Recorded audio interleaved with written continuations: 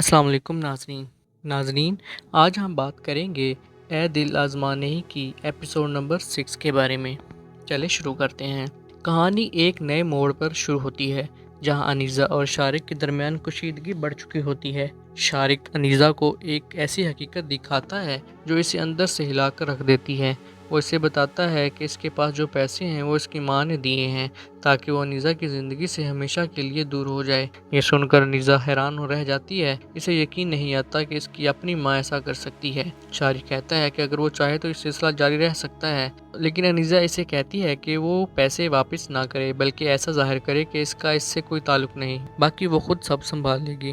دوسری طرف مرحا ایک مشکل صورتحال میں پھنس جاتی ہے۔ جب اسے تائی امی اپنے گھر بلاتی ہے، وہ وہاں پہنچتی ہے تو اسے محسوس ہوتا ہے کہ اس سے کسی خاص بات کے لیے پوچھ گچھ کی جا رہی ہے۔ تائی امی اسے سمجھانے کی کوشش کرتی ہے کہ وہ سچ بتائے، اگر کوئی مسئلہ ہے تو وہ اس کی مدد کرے گی، مگر مرحا بار بار یہی کہتی ہے کہ وہ اس لڑکے کو نہیں جانتی جس کے بارے میں سب بات کر رہے ہیں۔ اس کے باوجود اس پر شک کیا جاتا ہے اور اس پر الزام لگایا جاتا ہے کہ اس نے ہی اس لڑکے کو گھر بلایا تھا۔ آخرکار دباؤ میں آ کر مرحا طنزیہ انداز میں خود ہی قصوروار ٹھہرا دیتی ہے، کہتی ہے کہ ہاں وہی ایک جھوٹی اور بد کردار لڑکی ہے، یہی سننا چاہتے تھے سب۔ وہ دل برداشتہ ہو کر وہاں سے نکل آتی ہے اور گھر پہنچتے ہی ایک اور مشکل اس کا انتظار کر رہی ہوتی ہے۔ بہروز اس سے سوال کرتا ہے کہ وہ کہاں تھی، کیونکہ وہ اسے یونیورسٹی سے لینے گیا تھا مگر وہ وہاں موجود نہیں تھی۔ مرحا وضاحت دینے کی کوشش کرتی ہے مگر کوئی اس کی بات سننے کو تیار نہیں ہوتا۔ شیریں اور بہروز دونوں اس پر جھوٹ بولنے کا الزام لگاتے ہیں۔ مرحا کہتی ہے کہ وہ تائی امی کے پاس تھی اور اس نے ہی انہیں کہا تھا کہ کسی کو نہ بتائیں، مگر جب تائی امی سے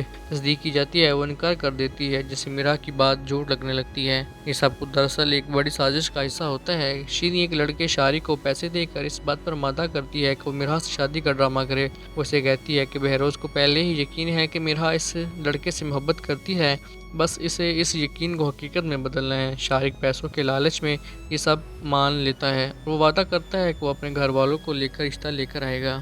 ادھر شارق انیزہ کو بھی یقین دلاتا ہے کہ یہ سب صرف ایک ڈرامہ ہے تاکہ اس کی ماں کو مطمئن کیا جا سکے، اور وہ شادی صرف انیزہ سے ہی کرے گا۔ انیزہ اگرچہ شک میں ہوتی ہے مگر آخرکار اس کی بات مان لیتی ہے، لیکن اسے خبردار کرتی ہے کہ اگر اس نے اسے دھوکہ دیا تو وہ اسے کبھی معاف نہیں کرے گی۔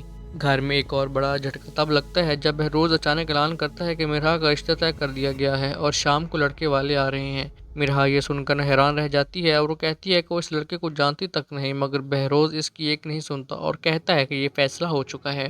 شام کو شارق اپنے گھر والوں کے ساتھ آتا ہے۔ اس کے گھر والے لالچی اور خود غرض نظر آتے ہیں اور جہیز اور پیسے کی باتیں کر رہے ہوتے ہیں۔ وہ مرحا کو دیکھ کر فوراً پسند کر لیتے ہیں اور جلد از جلد شادی کی بات کرتے ہیں۔ بہروز بھی بغیر سوچے سمجھے فوراً تاریخ طے کر دیتا ہے اور اعلان کرتا ہے کہ اگلے مہینے ہی شادی ہوگی۔ مرحا اندر سے ٹوٹ چکی ہوتی ہے مگر وہ اپنے باپ کے سامنے کچھ کہنے کی ہمت نہیں کر پاتی۔